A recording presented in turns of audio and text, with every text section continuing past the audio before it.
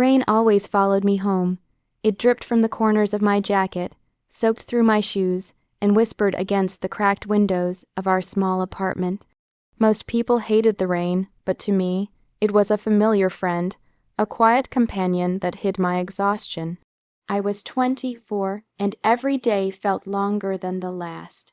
In the mornings, I hauled bricks at a construction site under a burning sun. At night, I washed dishes and wiped tables at a diner that smelled of grease and burnt coffee.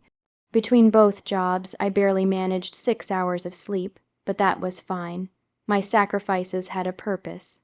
Her name was Mina, my younger sister, my reason for everything.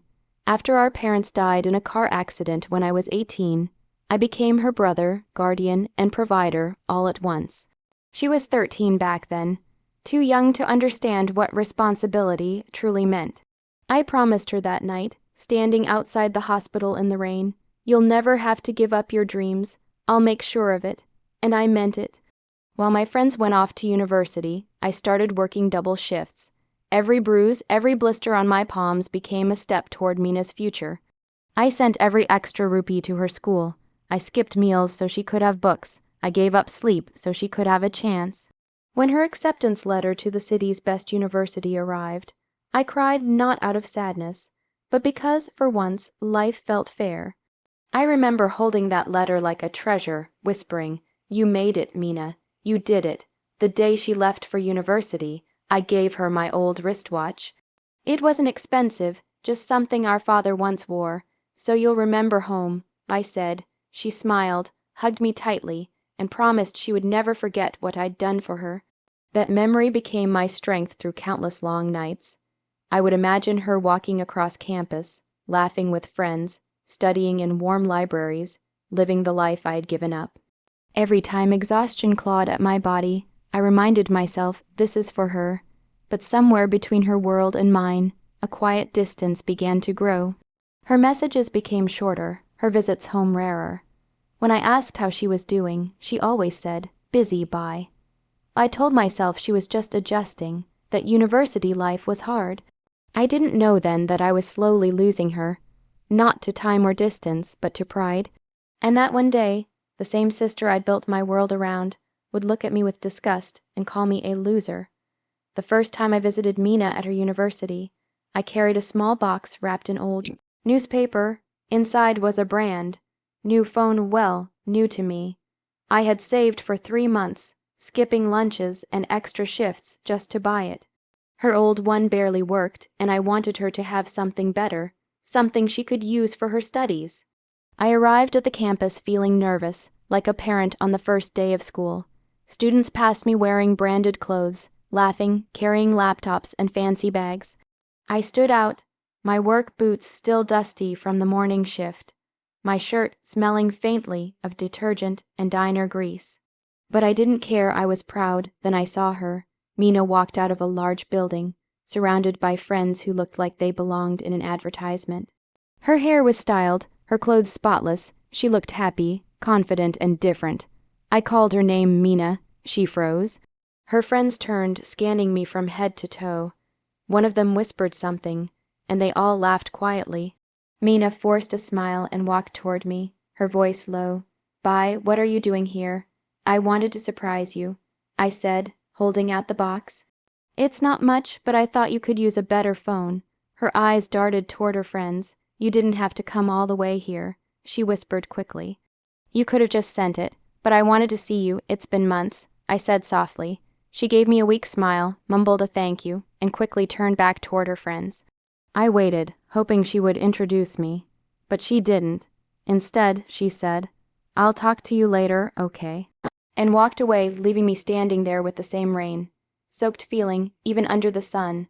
That night, when I came home from work, I passed her room and heard her laughing on the phone. "He actually showed up at my campus," she was saying between giggles.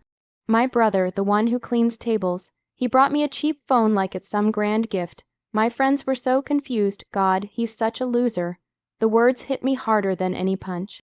I sat on the floor outside her door, staring at the wall. My heart didn't just break, it went silent.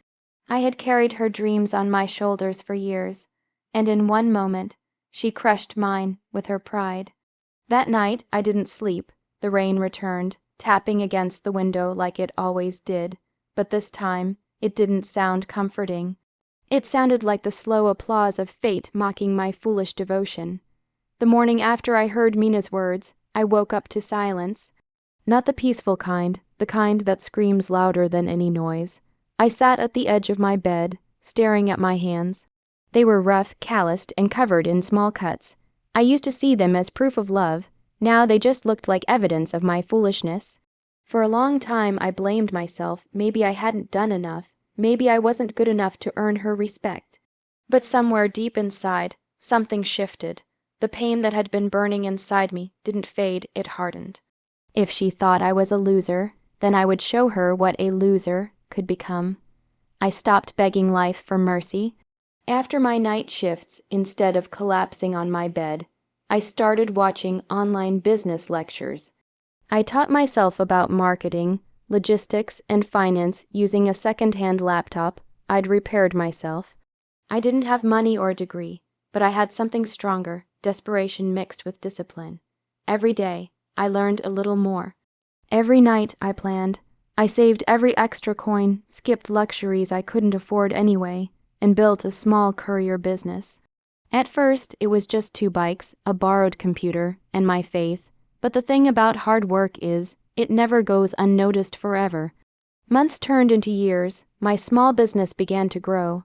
Local shops started trusting me. Soon, I hired 2 employees, then 10. By the time I turned 28, I wasn't just surviving anymore, I was leading something real.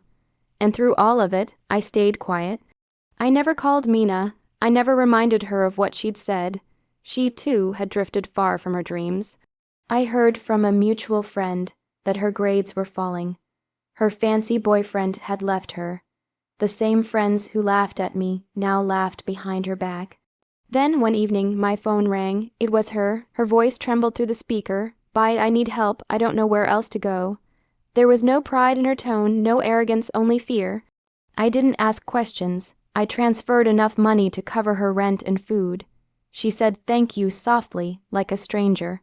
When the call ended, I stared at my reflection in the window. The man looking back wasn't the broken brother she once humiliated. He was someone new, someone forged by pain, discipline, and quiet revenge. And for the first time in years, I smiled. Not because I had won, but because I was no longer the man who needed her validation. A year after Mina's trembling phone call, life had changed in ways I could barely believe.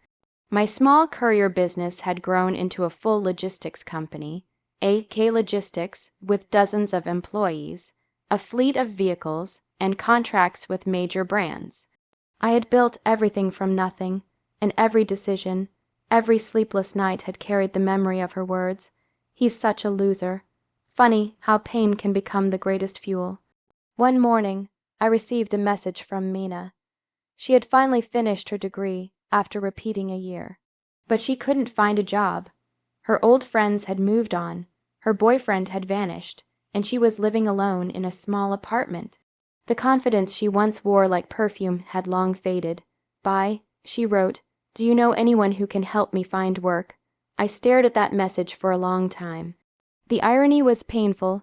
The sister who once hid me now needed my help to stand. I replied calmly, "I might know someone. Come to this address tomorrow morning for an interview." She thanked me over and over, not knowing that the address I sent was my own office. When she arrived the next day, I watched from my office window as she entered the building. Her clothes were plain, her expression anxious. She looked smaller somehow, not in height, but in spirit. The receptionist greeted her politely. "Miss Mina Khalid, the CEO will see you now." She stepped into my office and froze. I was sitting behind the desk, dressed in a crisp suit, files neatly stacked beside me. She stared at me as if the world had stopped spinning. And you're the CEO," she whispered. "Yes," I said quietly, "the same brother you once called a loser." Tears welled in her eyes instantly. "I'm sorry, Bye.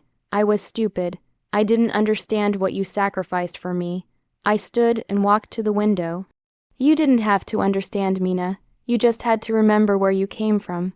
She began to cry softly, and for a moment I felt the old pain fade. I handed her a folder, her job application. You're qualified. The HR department will handle your joining details. Her hands trembled. You'd still help me after everything. I smiled faintly. I don't hold grudges. I just learn lessons. As I walked past her toward the door, I paused and said, You once said I was a loser. I guess you were half right. I did lose something. I lost my faith in you. Then I left, closing the door behind me. And for the first time in years, the rain outside sounded like peace again.